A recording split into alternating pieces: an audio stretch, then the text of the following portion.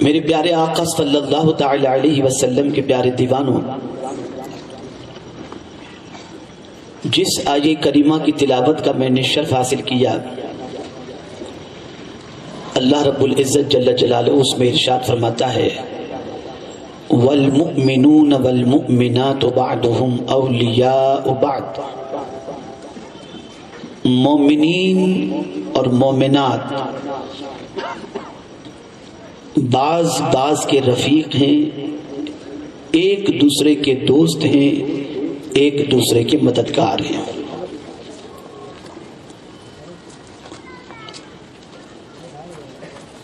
تو مومن کی یہ صفت بیان کی جا رہی ہے کہ مومن کے سینے میں مومن کے لیے دوستی ہوگی۔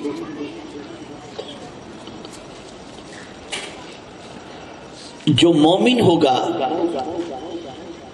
وہ کسی دوسرے مومن کو اپنا دشمن نہیں سمجھے گا، بلکہ جو مومن ہوگا وہ مومن کو اپنا دوست ہی سمجھے گا۔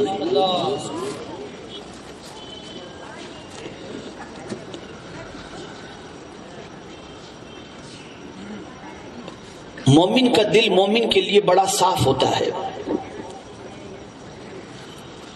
مومن کے دل میں دوسرے مومن کے لیے جگہ ہوتی ہے۔ مومن اپنے دوسرے مومن بھائی کا بھلا چاہتا ہے، بلکہ قرآن مقدس کی روشنی میں اللہ نے مومنین کو ایک دوسرے کا بھائی بھی قرار دیا۔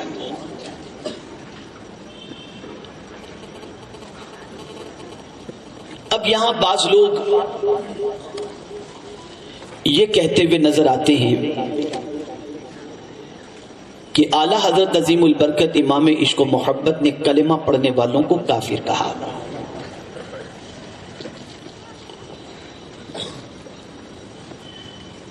تو قرآن تو یہ کہتا ہے کہ مومن مومن دوست ہے، انہوں نے پھر کلمہ پڑھنے والوں کو کافر کیوں کہا؟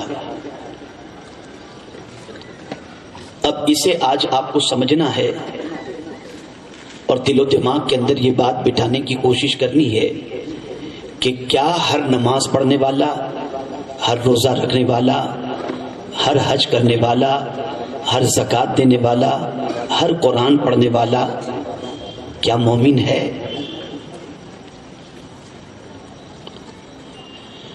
تو میں آپ کو بتاؤں کہ اعلیٰ حضرت عظیم البرکت امام عشق و محبت نے کسی مومن کو کافر کہا ہی نہیں۔ ہاں، دعوے ایمان کرنے والے اگر قرآن کی روشنی میں کافر نظر آتے ہیں تو اعلیٰ حضرت نے ان جھوٹے دعوے داروں کے چہرے کو بے نقاب کیا۔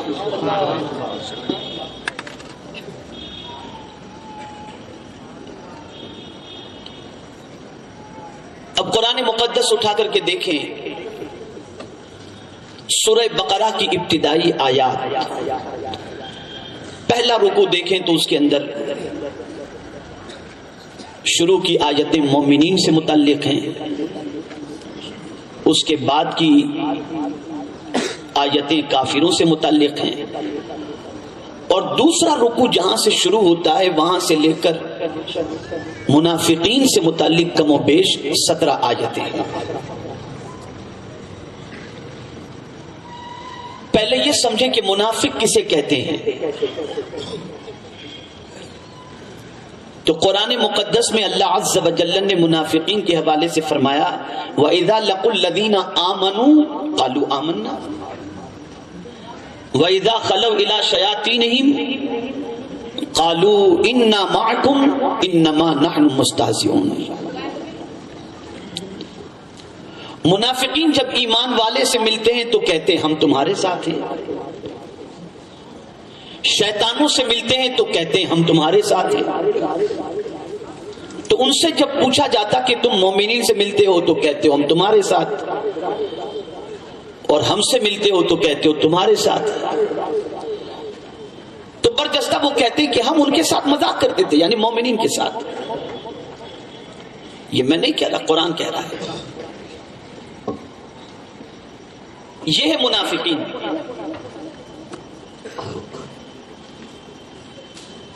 ایمان والوں سے ملیں تو کہیں ہم تمہارے ساتھ، بے ایمانوں سے ملیں تو کہیں ہم تمہارے ساتھ، دونوں طرف اپنا پیر رکھ کر چلنے والے۔ جو اس قسم کے لوگ ہیں ان کی فطرت کیا ہے، ان کی عادتیں کیا ہیں، اسے کیسے پہچانا جائے، تو یہ بھی قرآن کی روشنی میں آج کے دور میں سمجھنے کی ضرورت ہے۔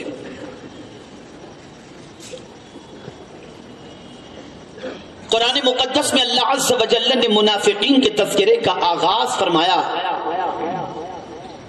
تو اس طریقے سے وَمِنَ النَّاسِ مَن يَقُولُ آمَنَّا بِاللَّهِ وَبِالْيَوْمِ الْآخِرِ وَمَا هُمْ بِمُؤْمِنِينَ۔ بعض لوگ یہ کہتے ہیں کہ ہم اللہ پر ایمان لائے اور یوم آخرت پر ایمان لائے، قرآن کہتا ہے وہ مومن نہیں ہیں۔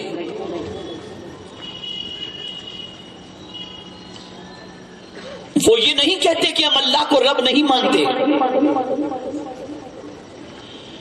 وہ یہ نہیں کہتے کہ ہم یوم آخرت پر ایمان نہیں لاتے، وہ تسلیم کرتے ہیں، ایمان لاتے ہیں اور کہتے ہیں کہ آمنا باللہ وبالیوم الآخر، ہم اللہ پر بھی ایمان لائے اور یوم آخرت پر بھی ایمان لائے، لیکن ان کے کہنے پر اللہ ان کے اوپر ایمان کی مہر نہیں لگاتا، بلکہ اللہ ان کے ایمان کی نفی خود فرماتا ہے۔ وہ خالق کہتا ہے وما ہم بمؤمنین، وہ مومن نہیں ہے۔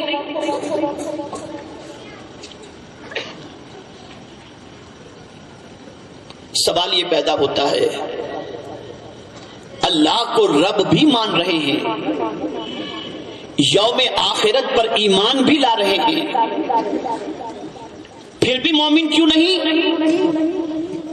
تو جواب ملے گا وجہ سب سے بڑی یہ ہے کہ کسی کا ایمان اس وقت تک معتبر ہو ہی نہیں سکتا، یا کوئی اس وقت تک صاحب ایمان ہو ہی نہیں سکتا جب تک کہ مصطفیٰ جان رحمت صلی اللہ علیہ وسلم کو نہ مانے۔ اللہ کو مان کر بھی کوئی مومن نہیں ہو سکتا، یوم آخرت کو مان کر کے بھی کوئی مومن نہیں ہو سکتا جب تک کہ حضور صلی اللہ علیہ وسلم کو اللہ کا آخری نبی نہ مانے۔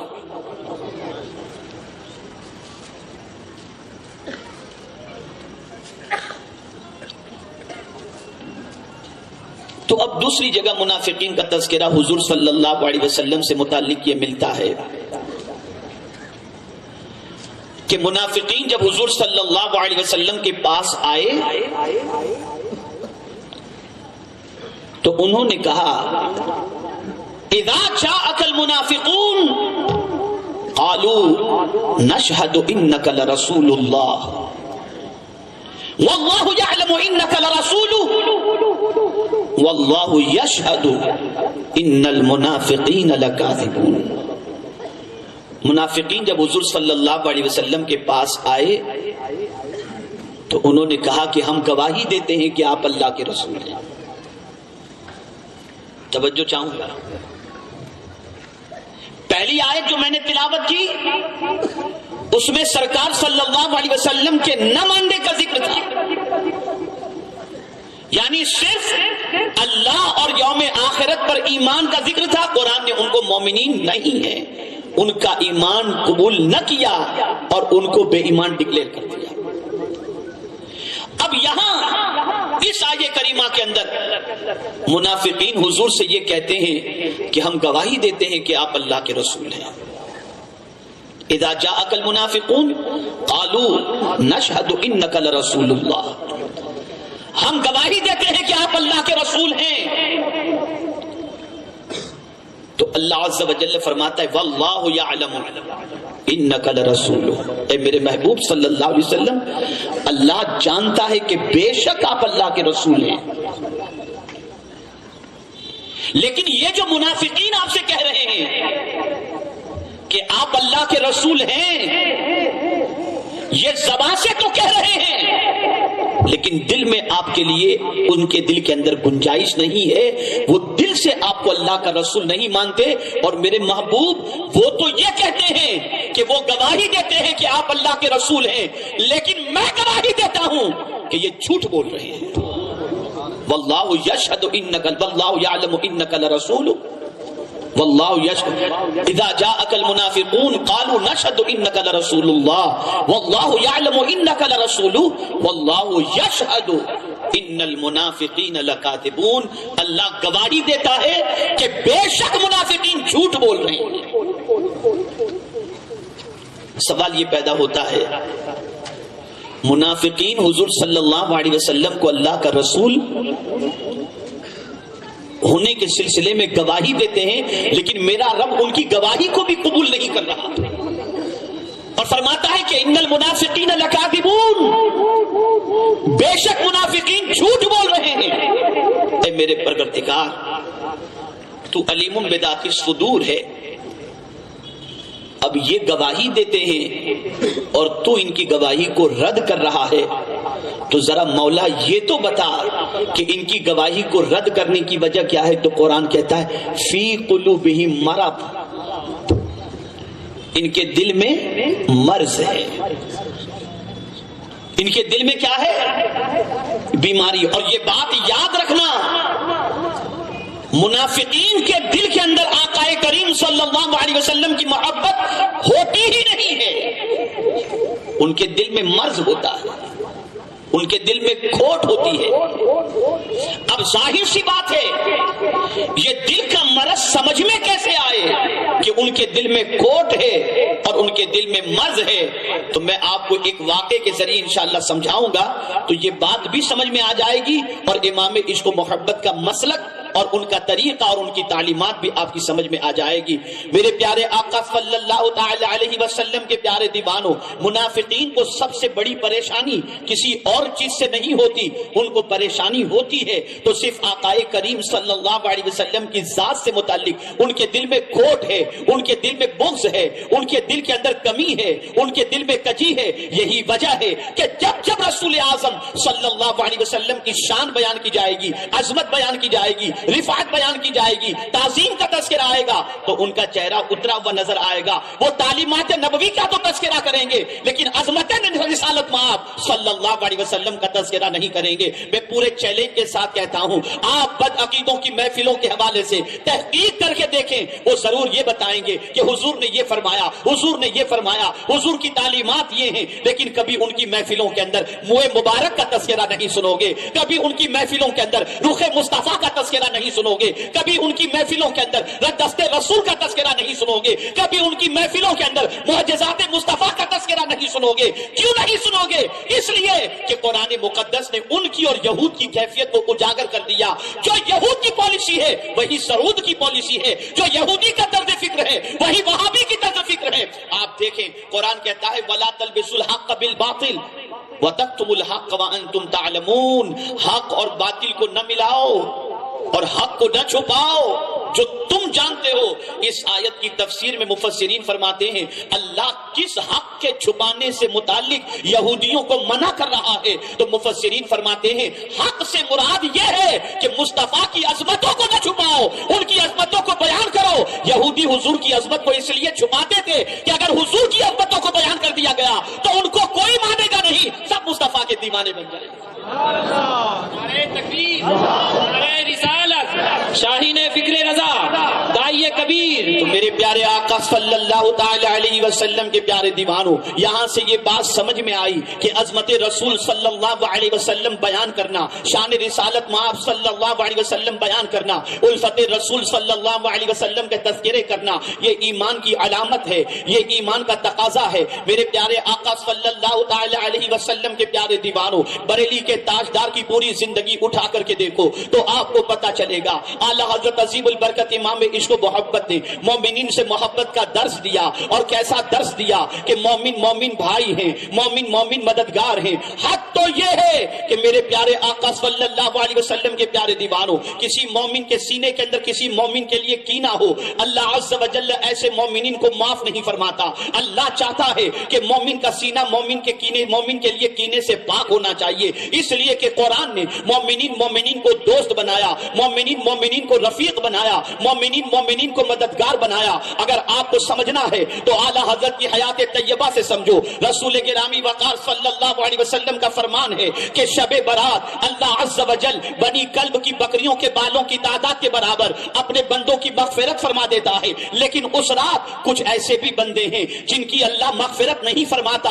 وہ کون کم نصیب ہیں جن کی اللہ مغفرت نہیں فرماتا؟ تو فرمایا گیا اگر کسی مومن کے سینے میں کسی مومن کے لیے کینہ ہو تو اس عظمت والی رات یعنی شب برات میں اللہ مومن کی مغفرت نہیں فرماتا. جس کے سینے میں مومن کے لیے کینہ ہو جب تک کہ وہ اپنے بھائی کو معاف نہ کر دے. اب اعلیٰ حضرت کا عمل دیکھو. اعلیٰ حضرت عظیم البرکت امام عشق و محبت ہر 14 شعبان کو اپنے گھر میں محفل منعقد کرتے, شہر والوں کو جمع کرتے اور شب برات کے آنے سے پہلے اعلیٰ حضرت سب کو کہتے ایک دوسرے کو معاف کرو تاکہ آج کی رات اللہ ہم سب کو بخشش کا پروانہ دے. نعرہ تکبیر, نعرہ رسالت, مسلک اعلیٰ حضرت, علماء اہل سنت, نعرہ تکبیر. تو مومن کے سینے میں مومن کے لیے کینہ نہیں ہوتا. مومن کا سینہ مومن کے لیے پاک ہوتا ہے. مومن کا مددگار ہوا کرتا ہے.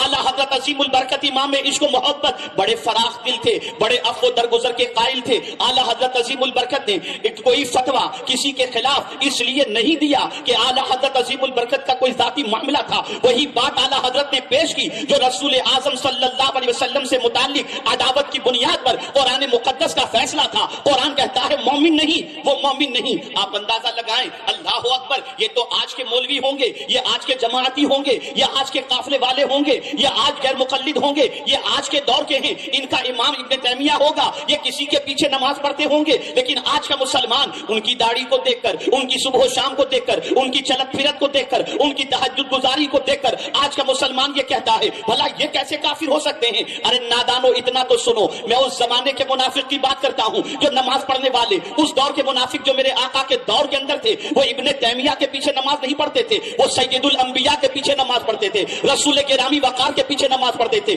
تاجدار کائنات کے پیچھے نماز پڑھتے تھے, سید الرسول کے پیچھے نماز پڑھتے تھے, امام الانبیاء کے پیچھے نماز پڑھتے تھے. ذرا اس زمانے کے اس واقعے کو یاد کرو قرآن مقدس کی روشنی کے اندر. اللہ اکبر, آپ ذرا سوچو, قرآن کہتا ہے وما كان لمؤمن ولا مؤمنة اذا قضى الله ورسوله امرا ان يكون لهم الخيرة من امرهم ومن يعص الله ورسوله فقد ضل ضلالا مبينا. اللہ اکبر, وہ مرد مومن نہیں, وہ عورت مومن نہیں. جب اللہ کے رسول کوئی فیصلہ فرما دے تو رسول آدم کے فیصلے سے انحراف یا اس فیصلے کے سلسلے میں اپنے دل میں کوئی کجی رکھے, کوئی کھوٹ رکھے, قرآن اسے مومن نہیں تسلیم کرتا, قرآن اسے مومن قبول نہیں کرتا. قرآن صراحت کے ساتھ اس کے ایمان کی نفی کر رہا ہے. آپ ذرا سوچو, رسول اعظم صلی اللہ علیہ وسلم کا دور پاک ہے, منافق ہے, سرکار کے پیچھے نماز پڑھ رہا ہے. یہودی کے ساتھ کوئی معاملہ ہو گیا, دونوں بارگاہ رسول میں حاضر ہوتے ہیں. یہودی بھی ہے, منافق بھی ہے. منافق حضور کی اقتداء میں نماز ادا کرتا تھا, بارگاہ رسول میں حاضر ہوا, اپنا مقدمہ پیش کرتا ہے, یا رسول اللہ صلی اللہ علیہ وسلم, میرا اور اس کا معاملہ ہے, فیصلہ فرما دے. سرکار نے بات سنی اور فیصلہ یہودی کے حق میں دیا. یہودی کے حق میں جیسے ہی فیصلہ دیا, منافق کا چہرہ اتر گیا. منافق کے چہرے پر جو عجیب کیفیت طاری ہو گئی. منافق سوچتا ہے چلو صدیق اکبر کے پاس جاؤں. اللہ اکبر, سیدنا ابو بکر صدیق کے پاس وہ پہنچا اور پہنچنے کے بعد کہتا ہے ابو بکر یہ یہودی ہے,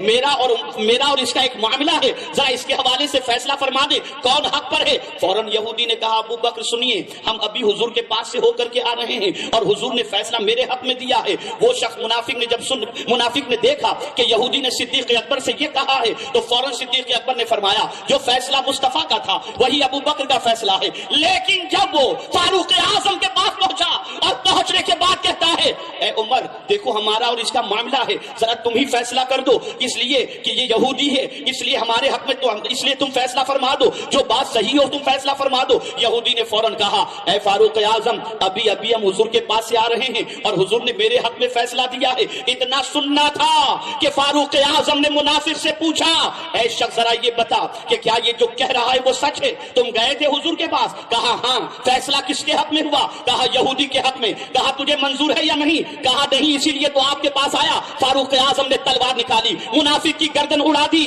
اور برجستہ کہا جسے مصطفیٰ کا فیصلہ منظور نہیں, عمر کے لیے, عمر کی طرف سے اس کے لیے یہی فیصلہ ہے. میں پوچھتا ہوں جب نبی کے پیچھے نماز پڑھنے والے کے لیے فاروق اعظم رعایت نہیں کرتے ہیں تو بتاؤ ابن تیمیہ کے پیچھے نماز پڑھنے والے کے لیے امام احمد رضا کہاں سے رعایت کریں؟ نعرہ تکبیر, نعرہ رسالت, عشق رسالت, عشق رسالت.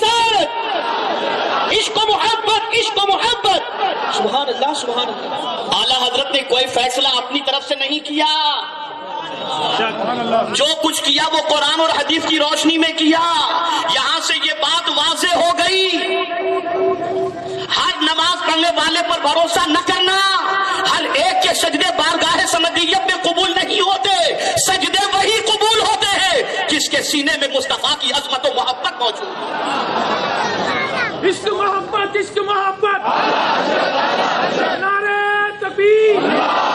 میں آج ایک نئے انداز سے آپ کی سوچ کو اعلیٰ حضرت کی تحریر کی طرف متوجہ کرانا چاہتا ہوں۔ جب اعلیٰ حضرت کی تحریر کو پڑھو تو اعلیٰ حضرت کی تحریر کو پڑھنے سے پہلے صحابہ کے انداز تحریر کو دیکھو، تابعین کے انداز تحریر کو دیکھو، تبع تابعین کے انداز تحریر کو دیکھو، غوث و خواجہ کے انداز تحریر کو دیکھو، اور پھر امام محمد رضا کی تحریر کو پڑھو تو آپ کو پتا چلے گا کہ ان کے فیض کا سلسلہ امام محمد رضا تک جاری و ساری نظر آتا ہے۔ وہی انداز، وہی فکر، وہی سوچ۔ اے رسول اعظم صلی اللہ علیہ وسلم کے دیوانوں، ذرا سوچو اور اندازہ لگاؤ، تاجدار کائنات صلی اللہ علیہ وسلم کا وصال ہوتا ہے تو سچویشن کتنی خراب تھی اور کتنی بھیانک تھی، اس سچویشن کو سامنے رکھو اور امام احمد رضا خان کی ولادت سے پہلے کی سچویشن کا جائزہ لو۔ ندوۃ العلماء شباب پر، سر سید کا فتنہ شباب پر، دیوبند کا فتنہ شباب پر۔ ہر ایک کی پوزیشن یہ ہے کہ اپنے اپنے لٹریچر کے ذریعے اور اپنے اپنے انسٹیٹیوشن کے ذریعے اپنے عقیدے کی ترویج و اشاعت میں لگے ہوئے ہیں، لیکن اللہ نے اپنے محبوب کے ناموس کے تحفظ کے لیے اپنے محبوب کے نام کی برکتوں کو دے کر امام محمد رضا کو پیدا فرما دیا۔ تنہا امام محمد رضا ہیں اور بے شمار فتنے ہیں۔ آخر امام محمد رضا نے کون سا طریقہ اختیار کیا جس سے ہر فتنے کا مقابلہ انہوں نے کیا اور ہر فتنے کو ایسا جواب دیا کہ اس جواب کا جواب آج تک کسی کے پاس نہیں؟ تو یہ صدیقی فیض تھا، وہ انداز صدیق اکبر تھا۔ جانتے ہیں آپ، آقا کریم صلی اللہ علیہ وسلم کے وصال کے بعد منکرین زکوٰۃ کا فتنہ، ختم نبوت سے متعلق دعوی نبوت کرنے والوں کا فتنہ، نہ جانے کتنے فتنے اس زمانے کے اندر ابھرے۔ سیدنا صدیق اکبر رضی اللہ تعالی عنہ ہر فتنے کے مقابلے کے لیے تیار ہوئے۔ لشکر کو جب روانہ کیا، توجہ چاہوں گا، لشکر کو جب مسیلمہ ابن کذاب کے مقابلے کے لیے جب روانہ کیا، سچویشن یہ تھی کہ مسیلمہ ابن کذاب کے ماننے والے بھی کلمہ پڑھتے تھے، نماز پڑھتے تھے۔ اس زمانے کے مجاہدین نے صدیق اکبر سے پوچھا، حضور یہ تو بتائیے کہ وہ لوگ بھی کلمہ نماز پڑھتے ہیں، جب ہمارے مد مقابل آئیں تو ہم کیسے پہچانیں کہ یہ ہمارا ہے یا اس کا ہے؟ کہا کوئی گھبرانے کی ضرورت نہیں ہے، جب تم میدان کے اندر یا محمدہ کہو اور جواب میں اگر یہی طرز اختیار کر کے کوئی یا محمدہ کہے تو سمجھ لینا وہ تمہارا ہے، اور جواب نہ آئے تو سمجھ لینا وہ تمہارا نہیں ہے۔ اعلیٰ حضرت اسی طرز کو اختیار کرتے ہوئے کہتے ہیں، غیظ میں جل جائے بے دینوں کے دل، یا رسول اللہ کی کثرت کیجیے۔ وہی طرز اختیار کیا۔ آج اعتراض یا رسول اللہ ہی پر کیا جاتا ہے۔ یہاں سے ہم سمجھ لیں کہ یہ اعتراض کرنے والوں کے سینے میں کیا ہے، ان کا دل حب رسول صلی اللہ علیہ وسلم سے کتنا خالی ہے۔ خالی نماز، روزہ، حج و زکوٰۃ کو دیکھ کر کسی کے مومن ہونے کی گواہی نہیں دی جا سکتی۔ مومن وہی ہے جس کا سینہ آقا کریم صلی اللہ علیہ وسلم کی محبت سے لبریز ہو، اور یہ بات یاد رکھنا، جس کے سینے میں عظمت رسالت مآب صلی اللہ علیہ وسلم نہ ہو، نہ اس کے سجدے قبول ہے، نہ اس کے روزے قبول ہے، نہ اس کا حج قبول ہے، نہ اس کی زکوٰۃ قبول ہے۔ بلکہ حق تو یہ ہے کہ آقا کریم صلی اللہ علیہ وسلم کی شان میں ہلکی سی بے ادبی بھی اگر کوئی کر بیٹھے تو زندگی کے سجدے، زندگی کی عبادت، زندگی کی ریاضت، یہ سب کچھ بارگاہ سمدیت میں کوئی حیثیت نہیں رکھتی، اس کا دفتر نیکیوں سے بالکل خالی کر دیا جاتا ہے۔ بے عملی معاف ہو سکتی ہے، توہین رسول معاف نہیں۔ میں آپ کو بتاؤں، حضرت آدم علیہ السلام سے خطائے اجتہادی ہوئی، دنیا میں اتار دیے گئے۔ ابلیس سے خطا ہوئی، جنت سے نکال دیا گیا۔ خطا ادھر بھی، خطا ادھر بھی۔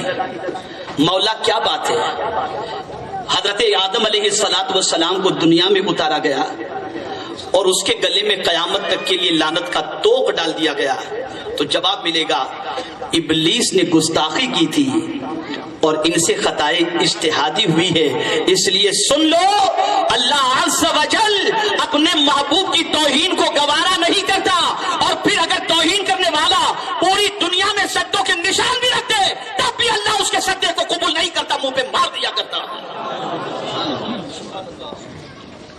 تو اعلیٰ حضرت نے کیا سکھایا؟ ادب حضور سکھایا۔ اعلیٰ حضرت نے کیا سکھایا؟ تعظیم مصطفیٰ سکھایا۔ اعلیٰ حضرت نے کیا سکھایا؟ سرکار صلی اللہ علیہ وسلم کی الفت سکھائی۔ اعلیٰ حضرت نے کیا سکھایا؟ آقا کریم کی محبت میں تڑپنا سکھایا۔ اعلیٰ حضرت نے کیا سکھایا؟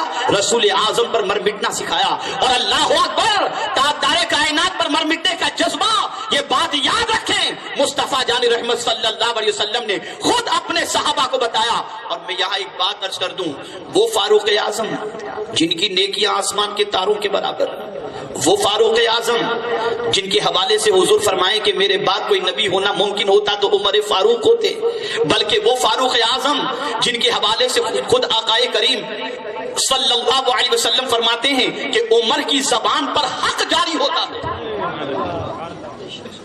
اس فاروق اعظم سے حضور نے پوچھا، عمر تم مجھ سے کتنی محبت کرتے ہو؟ علماء موجود ہیں، حدیث کے ذخیرے کو اٹھا کر دیکھو، اور یہ سوال کسی اور صحابی سے حضور نے پوچھا ہو تو بتاؤ۔ یہ سوال حضور نے فاروق اعظم ہی سے پوچھا کہ عمر تم مجھ سے کتنی محبت کرتے ہو؟ تو فاروق اعظم نے بھی عرض کیا، حضور اپنی جان کو چھوڑ کر ہر چیز سے زیادہ آپ سے محبت کرتا ہوں۔ سرکار نے فرمایا، عمر تمہارا ایمان مکمل نہیں جب تک کہ اپنی جان سے بھی زیادہ مجھ سے محبت نہ کرو۔ میں حیران ہوں یہ سوال فاروق اعظم سے کیوں پوچھا گیا؟ تو جواب ملے گا، عمر میں تھوڑی سی جان کی محبت تھی، اس جان کی محبت سے زیادہ حضور اپنی محبت اس لیے پلانا چاہتے تھے کہ جو فتوحات عمر کے حصے میں اللہ نے اس محبت کی بنیاد پر رکھی تھی، یہ فتوحات کسی اور کے لیے نہیں تھی۔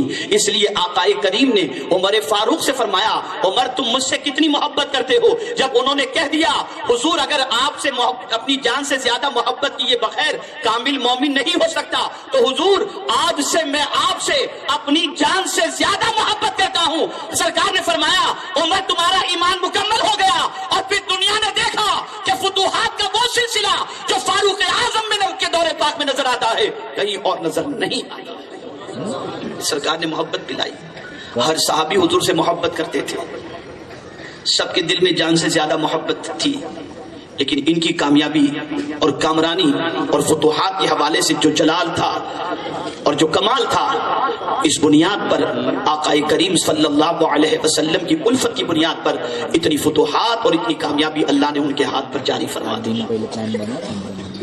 یہ بات یاد رکھیں، یہ اعتراض کیا جاتا ہے کہ اعلیٰ حضرت حضور صلی اللہ علیہ وسلم ہی کا تذکرہ کرتے ہیں، کھاتے ہیں تو حضور کا تذکرہ، پیتے ہیں تو حضور کا تذکرہ، اٹھتے ہیں تو حضور کا تذکرہ، چلتے ہیں تو حضور کا تذکرہ، ہر جگہ حضور کا تذکرہ، رب کی بات ہی نہیں، حضور ہی کی بات ہو رہی ہے۔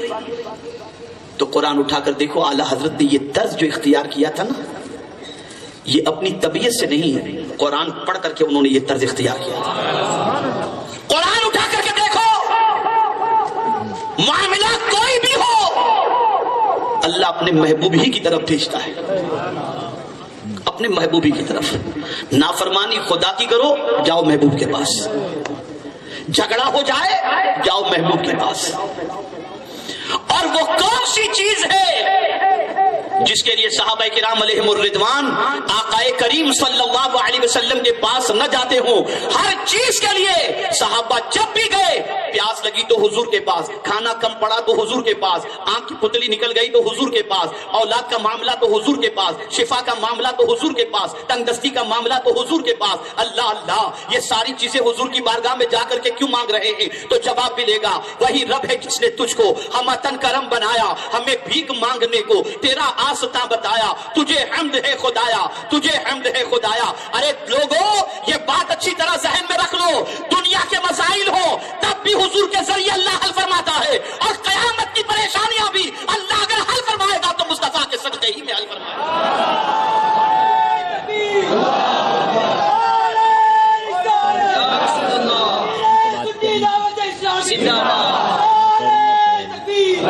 اعلیٰ حضرت نے کسی مومن کو کافر نہیں کہا، جسے قرآن نے کہا اسی کو کہا۔ اس کو ذہن میں رکھنا ہے، اور یہ بات ذہن میں بٹھا لو، ہر نماز روزہ حج و زکات والا مومن ہو ضروری نہیں۔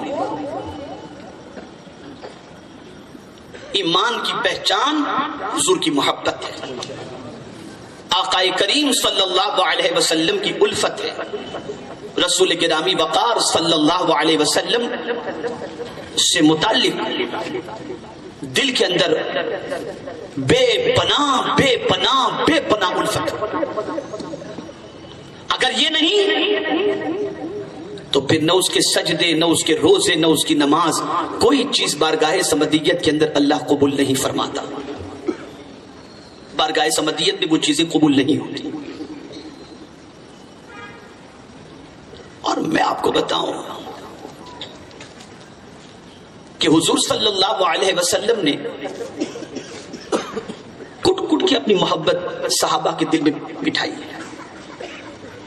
اتنی محبت بٹھائی کہ ہر صحابی کہتے فدا کبھی ابی انت و امی یا رسول اللہ، میرے ماں باپ آپ پر قربان، اے اللہ کے رسول صلی اللہ علیہ وسلم۔ ہر صحابی یہی کہتا۔ بلکہ آپ سوچو کہ صدیق اکبر رضی اللہ تعالی عنہ سے پوچھا گیا، ابو بکر دنیا کی کون سی چیزیں تمہیں پسند ہیں؟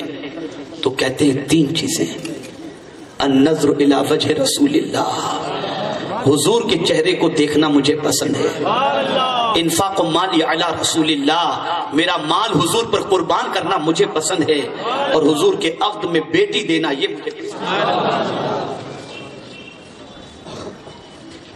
کسی صحابی نے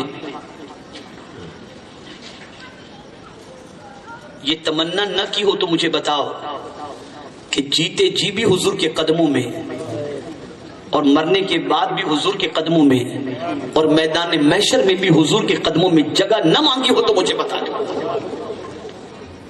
آج تم یہ کہتے ہو کہ حج کو جاؤ تو مدینے جانے کی ضرورت نہیں، اور صحابہ کا عقیدہ اور طرز عمل دیکھتے ہیں تو عقل دنگ رہ جاتی ہے کہ فاروق اعظم جیسے جلیل القدر صحابی کہتے ہیں، اللہم ارزقنی شہادتا فی سبیلک واجعل موتی فی بلد رسولک۔ وہ مدینے میں مرنا چاہتے ہیں۔ امام مالک حج فرض کے علاوہ مدینہ چھوڑ کر نہیں جاتے، کہتے ہیں کہ ہو سکتا ہے مدینہ چھوڑ کے جاؤں اور کہیں موت واقع ہو گئی تو مدینہ چھوڑ جائے گا، میں تو جینا بھی مدینے میں چاہتا ہوں اور مرنا بھی مدینے میں چاہتا ہوں۔ صحابہ تو یہ تعلیم دیں، اس شاخ تو یہ طریقہ بتائیں، اور تم کہو مدینے جانے کی کوئی ضرورت نہیں۔ یہ تمہارا بغض بتا رہا ہے، یہ تمہارا نفاق بتا رہا ہے۔ ارے حضور نے تو یہ فرمایا کہ تم سے ہو سکے تو مدینے میں مرو، اور سرکار نے یہ بھی فرمایا من زار قبری وجبت لہو شفاعتی، جس نے میری قبر کی زیارت کی اس پر میری شفاعت واجب ہے۔ ذرا سوچو، اندازہ لگاؤ۔ صحابہ حضور کے قدموں میں رہنا پسند کرتے تھے اور حضور کے قدموں میں مرنا پسند کرتے تھے، اس لیے کہ وہ جانتے تھے کہ آقا کریم صلی اللہ تعالی علیہ وسلم کی محبت اور آپ کا قرب ہی دونوں جہاں میں نجات کا سب سے بڑا سرمایہ ہے۔ تو یہ بات اچھی طرح ذہن میں رکھیں کہ اعلیٰ حضرت کسی مومن کو کافر نہیں کہے، بلکہ اعلیٰ حضرت نے منافقین کے چہرے کو دنیا کے سامنے بے نقاب کر دیا۔ اور آج بھی میں آپ سے کہتا ہوں ان کی تحریروں کو پڑھو اور اعلیٰ حضرت کی تحریروں کو پڑھو تو آپ کو پتہ چلے گا کہ جو معاذ اللہ اپنی کتابوں میں یہ لکھتے ہوں کہ حضور صلی اللہ علیہ وسلم کا خیال آ جائے تو نماز نہیں ہوتی، سرکار صلی اللہ علیہ وسلم کو پیٹھ پیچھے کی خبر نہیں، اس قسم کے کلمات جو اپنی تحریر اور اپنی کتابوں میں لکھتے ہوں، اس سے محبت چھلکتی نظر نہیں آتی، اس سے دل میں قدورت چھلکتی نظر آتی ہے، اس سے دل میں بغض چھلکتا نظر آتا ہے۔ اور سنو، اعلیٰ حضرت عظیم البرکت کسی مومن کو کافر تو نہیں کہتے، بلکہ ہر مومن کے لیے اپنے دل میں عزت، احترام، اس کی محبت اپنے دل میں بسائے ہوئے ہیں۔ میں آپ کو ایک واقعہ بتاؤں، اعلیٰ حضرت عظیم البرکت امام عشق و محبت امام احمد رضا خان محدث بریلوی علیہ الرحمت والرضوان کے حوالے سے عرض کروں، آپ جانتے ہیں اعلیٰ حضرت عظیم البرکت امام عشق و محبت کے پاس ایک صاحب تشریف لائے جو سرمایہ دار تھے، دولت کی فراوانی تھی، ملنے کے لیے حاضر آئے، قدم بوسی کے لیے حاضر آئے، اعلیٰ حضرت علیہ الرحمہ کے پاس وہ بیٹھے، اعلیٰ حضرت ان کو بٹھایا، گفتگو کا سلسلہ چل رہا تھا۔ اسی دوران حجام اعلیٰ حضرت کا چہرہ بنانے کے لیے حاضر آیا، اعلیٰ حضرت عظیم البرکت نے اس غریب حجام کو دیکھا، فرمایا بیٹھ جاؤ، ادھر بیٹھ جاؤ۔ اس سرمایہ دار کے بازو میں اعلیٰ حضرت نے بیٹھنے کے لیے فرمایا اور ارشاد فرمایا، ارے یہ بھی تمہارا مومن بھائی ہی تو ہے، کیا ہوا؟ اللہ نے تمہیں مال دیا ہے تو یہ اپنے پیشے کے اعتبار سے کچھ بھی ہو ہے تو مومن، مومن کے لیے دل میں جگہ ہونی چاہیے، بیٹھ جاؤ ادھر۔ وہ بیٹھ گیا حجام، تھوڑی دیر گزری تھی کہ وہ سرمایہ دار اٹھ کر کے چلا گیا، وہ اپنی توہین سمجھنے لگا۔ اعلیٰ حضرت غور کرنے کے بعد فرماتے ہیں کہ آخر وہ کیوں چلا گیا؟ تو اعلیٰ حضرت کو خیال آیا وہ تکبر کی وجہ سے گیا، وہ غرور کی وجہ سے گیا، چہرہ تو پہلے اتر ہی چکا تھا، وہ ایک غریب حجام کے بازو میں بیٹھنا اپنی توہین سمجھ رہا تھا۔ اعلیٰ حضرت پکار اٹھتے ہیں، سنو، ایسے متکبرین کی میرے پاس کوئی گنجائش نہیں ہے، جس کا سینہ حضور کی محبت سے لبریز ہو وہ کوئی بھی ہوگا، اس کی جگہ امام احمد رضا کا دل ہے، وہ وہاں بیٹھ سکتا ہے۔ سبحان اللہ، نعرہ تکبیر، نعرہ رسالت، مسلک اعلیٰ حضرت، سبحان اللہ۔ یہ مومنین کے لیے جگہ ہے، یہ مومنین کے لیے الفت ہے، یہ مومنین کے لیے دل کے اندر رفق ہے، نرمی ہے۔ اس لیے کہ اعلیٰ حضرت نے صحابہ کی زندگی پڑھی تھی۔ صدیق اکبر کے بازو میں بلال کو بٹھایا نہیں جاتا تھا، ایسا نہیں تھا۔ فاروق اعظم کے بازو میں اسامہ ابن زید کو جگہ نہیں ملتی تھی، ایسا نہیں تھا۔ حضرت عثمان غنی کے بازو میں ابو ہریرہ کو جگہ نہیں ملتی تھی، ایسا نہیں تھا۔ اعلیٰ حضرت نے سب پڑھا تھا، ایک ہی دسترخوان ہوگا اور سب مل بیٹھ کر کے کھاتے تھے، نہ کوئی غریب نہ کوئی امیر، جس کا سینہ حضور کی محبت سے لبریز ہو اس کے لیے جگہ دل میں ہونی چاہیے، اس لیے کہ قرآن نے کہا ہے۔ بلکہ میں یہاں ایک بات کلیئر کہہ دوں، اگر کسی مومن کے لیے دل میں جگہ نہیں تو میں کچھ اور نہیں کہوں گا، ایمان کا جائزہ لینے کے لیے ضرور کہوں گا، اس لیے کہ قرآن نے کہہ دیا کہ مومن مومن کا دوست ہوتا ہے، مومن مومن کا دوست ہوتا ہے۔ حد تو یہ ہے کہ ایک خونی رشتے کے اعتبار سے بھائی بھائی ہوتے ہیں، لیکن قرآن نے ایمان کے رشتے سے بھی بھائی بنا دیا، اور یہ بھائی چارگی خدا نے پیدا فرمائی ایمان کی وجہ سے، انما المؤمنون اخوہ، مومنین آپس میں بھائی بھائی۔ تو آج ایک سبق یہ بھی سینے کے اندر بٹھا لو کہ اپنے ایمان کے حوالے سے کسی سے پوچھنے کی ضرورت نہیں۔ اگر کسی مومن کے لیے تمہارے دل میں محبت ہے، مبارک ہو، اللہ نے تمہارے سینے کو ایمان سے لبریز کر دیا۔ اب یہاں تھوڑا سا اور آگے بڑھ کر کے عرض کروں، جب مومن وہی ہے، مومن کی صفت قرآن نے بیان فرمائی کہ مومن کے لیے اس کے دل میں جگہ ہو تو جس کے صدقے میں ایمان ملا اس رسول کے لیے کتنی محبت ہونی چاہیے، کتنی الفت ہونی چاہیے. اور اسی لیے اعلیٰ حضرت صرف اور صرف اپنی محبت کا اظہار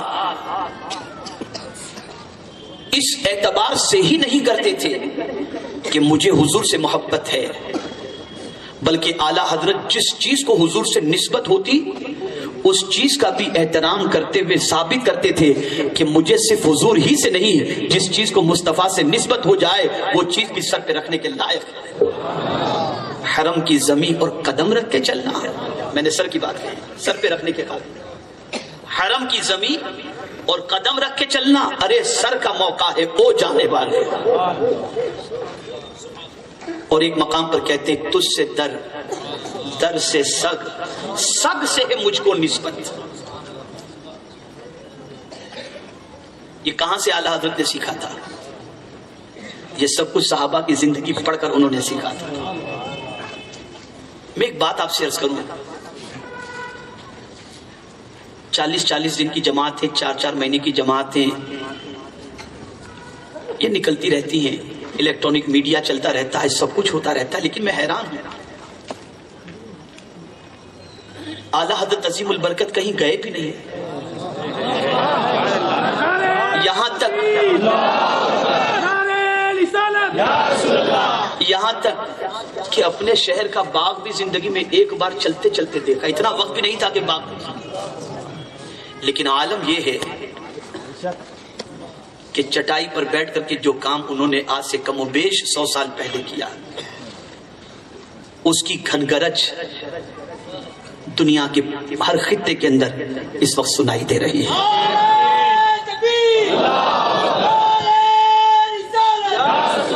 وجہ کیا تھی؟ سبب کیا تھا؟ سبب بس ایک ہی تھا، انہیں جانا، انہیں مانا، نہ رکھا غیر سے کام، للہ الحمد میں دنیا سے مسلمان گیا. کوئی غرض ہی نہیں تھی کسی سے، کوئی غرض نہیں.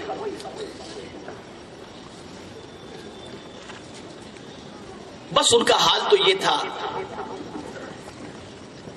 کہ بس آقا ناراض نہ ہو، ایک ہی فکر رہتی تھی، کوئی چیز ایسی نہ ہو جس سے حضور صلی اللہ علیہ وسلم ناراض ہو جائے. اب یہاں ایک بات آپ سے عرض کروں، کسی نے اعلیٰ حضرت سے پوچھا کہ حضور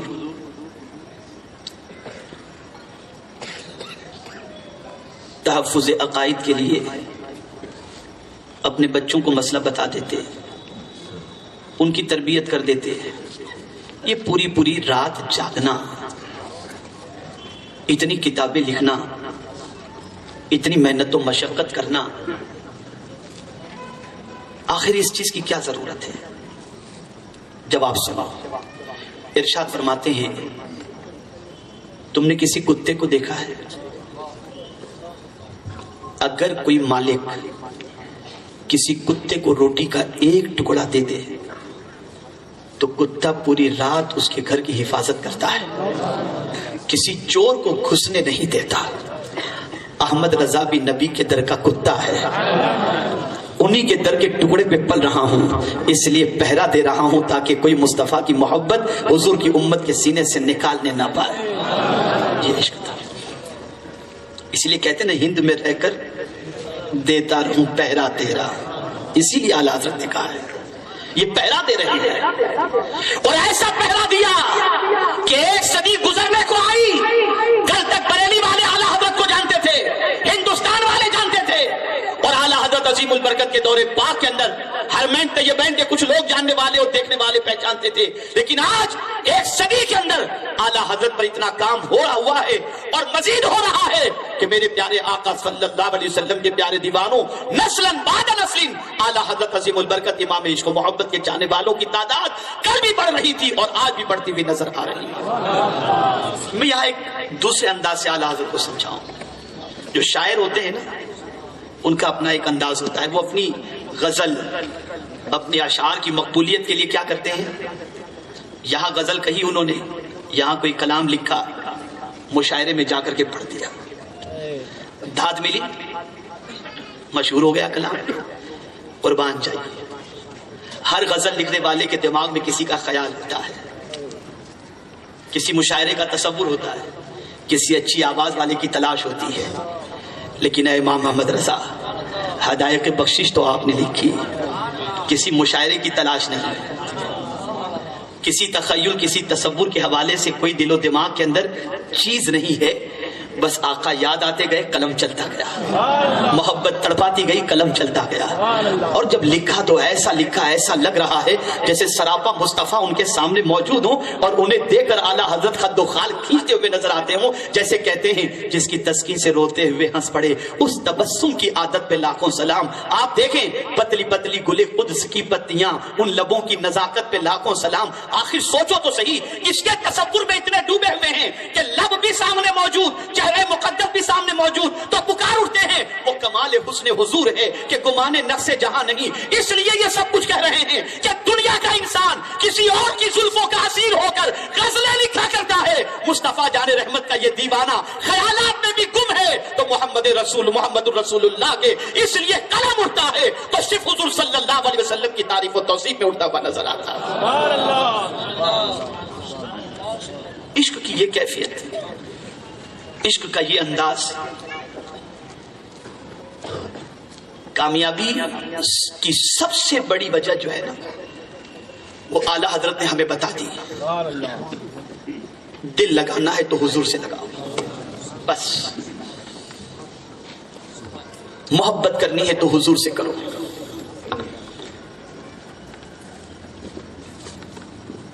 تو کیا اور کسی سے محبت نہ کی جائے؟ ماں باپ سے، ماں سے بھی محبت کرو، اس لیے کہ اس سے محبت کا حکم حضور نے دیا ہے۔ باپ سے بھی محبت کرو کہ اس کا حکم حضور نے دیا ہے، لیکن جب ماں باپ کی محبت، اولاد کی محبت حضور کی محبت کے مقابلے میں آئے تو پرائرٹی حضور کو دینا ہے۔ اور یہ چیز جنگ بدر کے اندر آپ کو نظر آئے گی، صحابہ نے ثابت کیا، اس کو ثابت کیا۔ جانتے ہیں آپ میدان بدر کے اندر بہت سارے صحابہ ایسے تھے جنہوں نے مقابلے کے اندر بھائی کو دیکھا کہ دشمن کی طرف سے سگا بھائی، حقیقی بھائی ہے، بھائی کی پرواہ نہیں کی، حضور کی محبت میں اس کو بھی قتل کیا، اس لیے کہ آقا کی محبت سے بڑھ کر کسی کی محبت دل میں نہیں ہونی چاہیے۔ یہ قرآن کا فیصلہ ہے، یہ قرآن کا فیصلہ ہے۔ اعلیٰ حضرت نے حضور کی محبت پلائی ہی اس لیے تاکہ حضور کی محبت جس کے دل میں صحیح معنوں میں ہوگی نا، وہ رب سے بھی محبت کرے گا اور کوئی کام ایسا نہ کرے گا جس سے اللہ اور اس کے رسول ناراض ہوں۔ یہ بات ذہن میں رکھیں۔ جیسے ابھی پرسوں ایک جگہ بیٹھے ہوئے تھے، تذکرہ نکلا کہ اگر رشتہ کسی کا آئے تو لڑکے میں کیا چیز دیکھنی چاہیے، تو ایک نے برجستہ کہا یہ دیکھنا چاہیے کہ وہ اپنی ماں سے کتنی محبت کرتا ہے۔ تو خیال آیا کہ ماں سے محبت، اس کی یہ پوچھنے کی وجہ، بولے ہم نے آج تک یہی دیکھا ہے کہ جو لڑکا اپنی ماں سے محبت کرتا ہے نا، وہ کبھی بیوی کو دکھی نہیں رکھتا ہے۔ اور میں آپ سے کہوں کہ آپ تجربہ کر کے مارکیٹ میں، سوسائٹی میں دیکھ لیجئے گا، یہ ملے گا آپ کو، یہ ملے گا۔ یہ تمثیل سمجھنے سمجھانے کے لیے ہے۔ تو جو حضور سے محبت کرے گا نا، وہ کبھی رب کی نافرمانی نہیں کرے گا۔ اور یہ میں نہیں کہہ رہا، یہ قرآن کہہ رہا ہے، والذین آمنوا اشد حبا للہ، جو صاحب ایمان ہوگا وہ اللہ سے ٹوٹ کر محبت کرے گا، بے انتہا محبت کرے گا۔ جس کے سینے میں حضور کی محبت ہوگی وہ رب سے بے پناہ محبت کرے گا۔ اسی لیے ولی کی زندگی پوری اٹھا کر کے دیکھ لو تو ولی کی ڈیفینیشن بتائی گئی، الذین آمنوا وکانوا یتقون، جو مومن ہو اور متقین ہو اور ان کی پوری زندگی کی عادتوں کو اگر دیکھو تو قرآن کہتا ہے والذین یبیتون لربہم سجدا وقیاما، وہ سوتے ہیں تو اللہ کی یاد میں، وہ رات گزارتے ہیں تو اللہ کے ذکر میں۔ تو حضور کا جو عاشق ہوگا وہ رب قدیر کی عبادت کے اندر غفلت نہیں برتے گا. اور اس میں بھی اعلیٰ حضرت کی زندگی کو دیکھو. اعلیٰ حضرت عظیم البرکت فرائض و واجبات اور سنتوں کے ہی پابند نہ تھے، مستحبات کے بھی پابند تھے.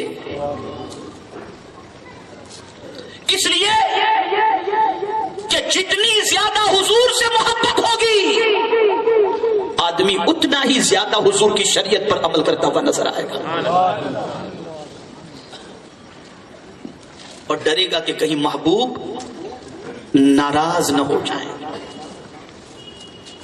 آپ دیکھیں اعلیٰ حضرت عظیم البرکت امام عشق و محبت حجت الاسلام علامہ حامد رضا خان علیہ الرحمت والرضوان کو پڑھا رہے تھے.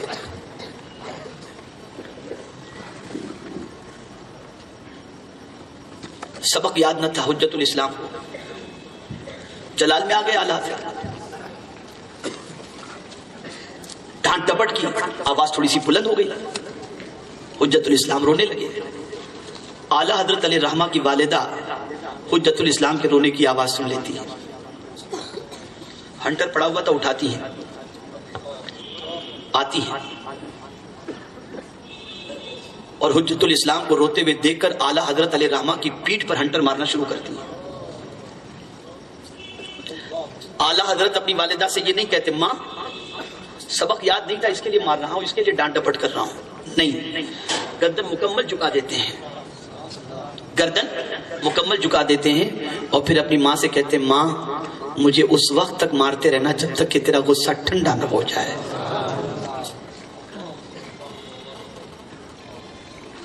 ذرا سوچو، آپ ذرا غور کرو. آپ وہ قولی عاشق نہ تھے، وہ حقیقی عاشق تھے. انہوں نے ماں کا احترام بتایا نہیں، بلکہ کر کے دنیا کو بتا دیا کہ کچھ پانا ہے تو طبیعت کے غلام بن کر کے نہیں، مصطفیٰ پیارے کے غلام بن کر کے کچھ پا سکتے ہو. بہت آسان ہے کہنا، فضیلتیں تو ہم لوگ بھی رات بھر بیان کرتے رہتے ہیں، لیکن پریکٹیکل کا معاملہ ہے. پھر دیکھو آپ کوئی ثابت کر دے کہ اعلیٰ حضرت عظیم البرکت امام عشق و محبت نے کبھی اپنی ماں کو دکھایا ہو. اس لیے کہ وہ جانتے تھے کہ ادھر ماں کا دل ٹوٹا، ادھر مصطفیٰ جان رحمت صلی اللہ علیہ وسلم ناراض ہو جائیں گے. اے رسول اعظم صلی اللہ علیہ وسلم کے دیوانوں، تو قرآن کہتا ہے مومنین اور مومنات ایک دوسرے کے دوست ہیں. اب پہلی چیز تو یہ بتا دی گئی کہ ایک دوسرے کے دوست ہیں. اب دوستی کا کوئی ثبوت بھی تو چاہیے، دوستی کا کوئی حق بھی تو چاہیے. اگر کوئی سچا دوست ہوگا تو اپنے دوست کو برباد ہوتے نہیں دیکھ سکے گا. تو قرآن نے فوراً دوسری صفت بیان فرمائی، یأمرون بالمعروف وینہون عن المنکر. مومنین ایک دوسرے کے دوست ہیں، اچھی باتوں کا حکم دیتے ہیں اور بری باتوں سے روکتے ہیں. یہاں اچھی باتوں کا حکم دینے والے بہت سارے مل جائیں گے، لیکن جب بری بات سے روکنے کی بات آئے گی تو وہ ٹیڑھی کھیر کا معاملہ ہے. وہاں پھر آدمی سوچتا ہے یہ ناراض ہو جائے گا، اس کا دل ٹوٹ جائے گا. لیکن جو مومن ہوتا ہے وہ اس کے دل کے ٹوٹنے کی فکر نہیں کرتا، وہ یہ سوچتا ہے یہ گناہ کرتا ہے تو مصطفیٰ کا دل ٹوٹ جاتا ہے، تاکہ اسے گناہ سے بچاؤ، تاکہ مصطفیٰ کا دل خوش ہو جائے. وہ برائیوں سے روکتا ہے، وہ اسے روکنے کی کوشش کرتا ہے. اعلیٰ حضرت کی زندگی اٹھا کر دیکھو تو وہ تو بچپن ہی سے اچھی باتوں کا حکم دیتے نظر آتے ہیں، سن بلوغ سے پہلے، اور بری باتوں سے بچتے بھی ہیں اور بچاتے ہوئے بھی نظر آتے ہیں. آپ پوری حیات طیبہ اعلیٰ حضرت کی اٹھا کر دیکھیں. کیا آپ کو نہیں معلوم پہلا روزہ اعلیٰ حضرت نے جب بچپنے میں رکھا تھا اور دوپہر کا وقت تھا، علامہ نقی علی خان علیہ الرحمۃ والرضوان امام المتکلمین نے اعلی حضرت کو ایک کمرے میں لے جا کر کہا بیٹے بچوں کا روزہ ایسا ہی ہوتا ہے، کھا لو، کوئی نہیں دیکھ رہا۔ جواب بھی کیا کہا تھا انہوں نے؟ یہی تو کہا تھا کوئی تو نہیں دیکھ رہا، جس کے لیے روزہ رکھا ہوں کیا وہ بھی نہیں دیکھ رہا ہے؟ باپ نے سینے سے لگا لیا، سینے سے لگا لیا۔ تو یہ تو بچپنے کا عالم ہے، خشیت ربانی کی یہ کیفیت ہے، تو جوانی میں ان کے تقوی و طہارت کا عالم کیا ہوگا؟ آج کا جوان چھوٹے موٹے مرض کی وجہ سے، گرمی کی شدت کی وجہ سے ماہ رمضان کے روزے چھوڑ دیتے ہیں، بہانے بنا لیتے ہیں، ڈاکٹر نے منع کیا، یہ ہو جائے گا وہ ہو جائے گا۔ لیکن اعلیٰ حضرت کی عظمت پر قربان چاہیے، مرض ایسا کہ روزہ رکھنا مشکل، قرآن اجازت دیتا ہے، من کان مریضا او علی سفر فعدۃ من ایام اخر۔ گرمی شدید، مرض بے پناہ، اضافے کا خطرہ، خیال آتا ہے، طبیب کہتا ہے کہ گرمی کے اس موسم کے اندر لمبے دن کے اندر روزہ رکھنا آپ کے لیے مشکل ہوگا، ماہ رمضان کے آپ روزہ نہیں رکھ سکتے۔ چلے جاتے ہیں ٹھنڈے علاقے میں اور وہاں پورا رمضان گزار کر وہاں روزے رکھتے ہوئے نظر آتے ہیں، اور یہ کہتے ہوئے نظر آتے ہیں کہ شریعت تو اجازت دے رہی ہے، لیکن حضور بھی تو یہ فرماتے ہیں کہ ماہ رمضان المبارک کے روزے کی قضا بعد میں بھلے 60 روزے کے ذریعے کر لو، لیکن وہ برکتیں جو رمضان کے روزے کی ہیں ان برکتوں کا کوئی جواب نہیں ہے۔ اعلیٰ حضرت ان برکتوں کو پانے کے لیے پہاڑ پر چلے جاتے ہیں اور وہاں پورا مہینہ گزار کر کے روزہ رکھتے ہوئے نظر آتے ہیں۔ یہ سب چیزیں ہیں اعلیٰ حضرت کی زندگی میں۔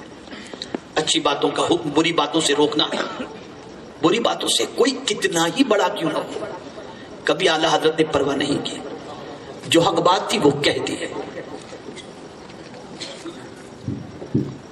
پھر آگے قرآن کہتا ہے وَيُقِيمُونَ الصَّلَاةَ، اور نماز قائم کرتے ہیں۔ اب اقامت صلاۃ کے حوالے سے میں بتاؤں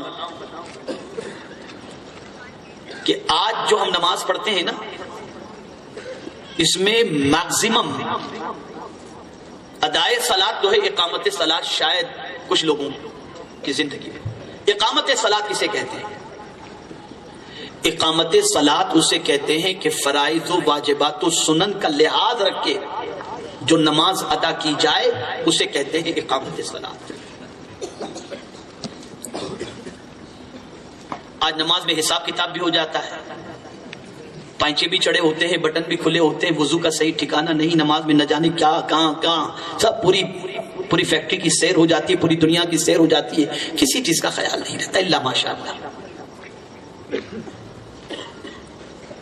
یہ کیفیت ہے۔ تو اعلیٰ حضرت کی زندگی دیکھو تو اقامت صلاۃ کے اندر بھی اعلیٰ حضرت کا جواب نظر نہیں آتا۔ اس طریقے سے اعلیٰ حضرت نماز قائم کرتے ہوئے نظر آتے ہیں۔ یہی ایک ٹاپک اتنا لمبا ہے امام احمد رضا اور اہتمام نماز کہ اس پر کافی وقت درکار ہے۔ 10 بجے تک ٹائم تھا لیکن 20 منٹ اور زیادہ ہو گئے، اور 5-10 منٹ میں کچھ عرض کر دوں۔ اس کے بعد وَيُؤْتُونَ الزَّكَاةَ، اور زکات دیتے ہیں، اور یہ کامن بات ہے، زکات تو ہر ایک کو دینی ہے جو صاحب نصاب ہے، لیکن اعلیٰ حضرت کی ذات وہ ذات تھی جن کا عالم یہ تھا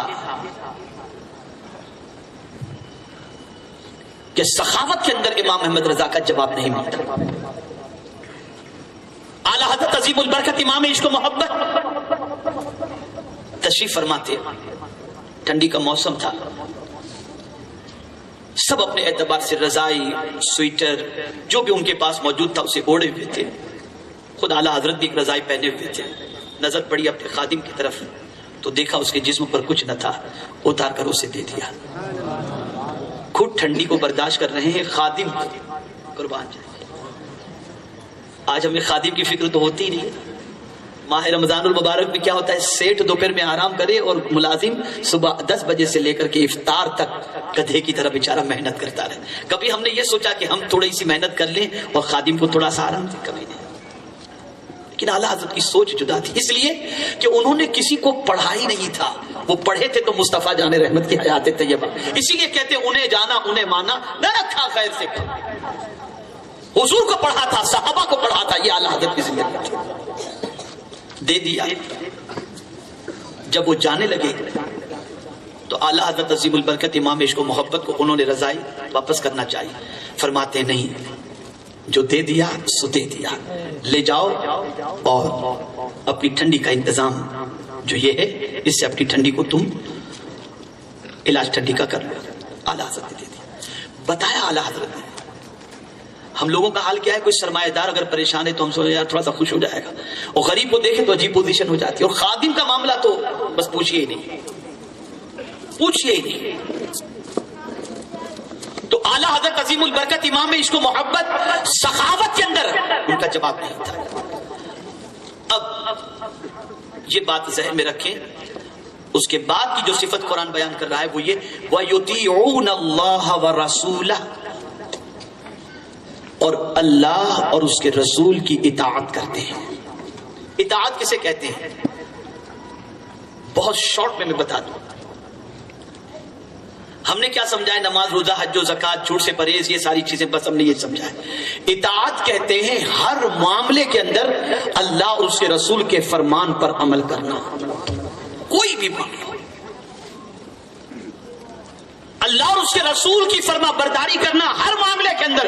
اسی لیے صحابہ کی یہ پوزیشن تھی، معاملہ کچھ بھی ہوتا تو پوچھتے اس پہ حضور کا کیا فرمان ہے.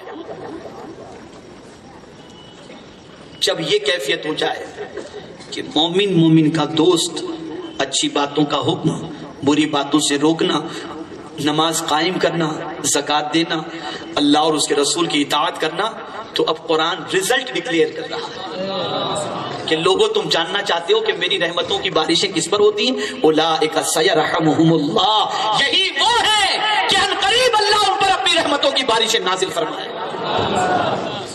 ان اللہ عزیز حکیم، بے شک اللہ غالب حکمت والا ہے. میرے پیارے آقا صلی اللہ علیہ وسلم کے پیارے دیوانوں، یہاں سے یہ بات سمجھ میں آئی کہ اعلیٰ حضرت عظیم البرکت امام عشق و محبت سچے مومن تھے، اور کسی مومن کو اعلیٰ حضرت نے کافر نہیں کہا، بلکہ جن کو اعلیٰ حضرت نے قرآن کی روشنی کے اندر مجرم پایا، توہین رسالت کرنے والا پایا، اور قرآن نے جس کے غیر مومن ہونے کا اعلان کیا ہے، اگر اس کی زد میں اور اسی اعتبار سے کوئی اس زد کے اندر آیا، تبھی اعلیٰ حضرت عظیم البرکت امام عشق و محبت نے وہ بھی پہلے علماء سے مشورہ لیا، ان سے حکم لیا، اور پھر اس کے بعد اعلیٰ حضرت نے تصدیق فرمائی. تو یاد رکھیں اعلیٰ حضرت کفر کی مشین کا نام نہیں، عشق مصطفیٰ کا نام ہے. اعلیٰ حضرت عاشق رسول کا نام ہے. اور آپ ذرا سوچو، امام احمد رضا کے کلام کو آدمی سمجھنے کے لیے جلدی سے اپنی عقل استعمال کرے یا علم استعمال کرے، تب بھی بہت سارے کلام ایسے ہیں جسے بندہ سمجھ نہیں سکتا، لیکن پڑھنے والا جب پڑھتا ہے تو آدمی عشق و مستی میں جھومنے لگ جاتا ہے. یہ جھومنے کا جذبہ کہاں سے آیا؟ تو جسے مصطفیٰ نے قبول کر لیا اسے پوری دنیا نے قبول کر، اسے پوری دنیا نے قبول کر. تو نتیجہ کیا نکلا؟ ہر کلمہ نماز، روزہ، حج و زکات والے کو مومن نہیں سمجھنا چاہیے. مومن کے لیے معیار ہے حضور صلی اللہ علیہ وسلم کی ذات کو ماننا، اور آقا کریم صلی اللہ علیہ وسلم کو جیسا ماننے کا حکم قرآن نے دیا ہے اور جیسا ماننے کا حکم شریعت نے دیا ہے، اس اعتبار سے اگر کوئی مانتا ہے تو وہ مومن ہے. اور اگر ایک رائے کے دانے کے برابر بھی آقا کریم صلی اللہ علیہ وسلم کی توہین و بے ادبی کرتا ہے تو وہ بارگاہ مصطفیٰ جان رحمت صلی اللہ علیہ وسلم کا مردود قرار دیا جائے گا، اور بارگاہ رب العزت کا بھی وہ مردود قرار دیا جائے گا. اللہ رب العزت جل جلالہ ہمیں آقا کریم رؤوف الرحیم علیہ التحیۃ والتسلیم کے صدقہ و طفیل اعلیٰ حضرت عظیم البرکت امام عشق و محبت کے مشن پر چلنے کی توفیق نصیب فرمائے، تعلیمات پر چلنے کی توفیق نصیب فرمائے، مسلک پر چلنے کی توفیق نصیب فرمائے. وما علینا الا البلاغ المبین. السلام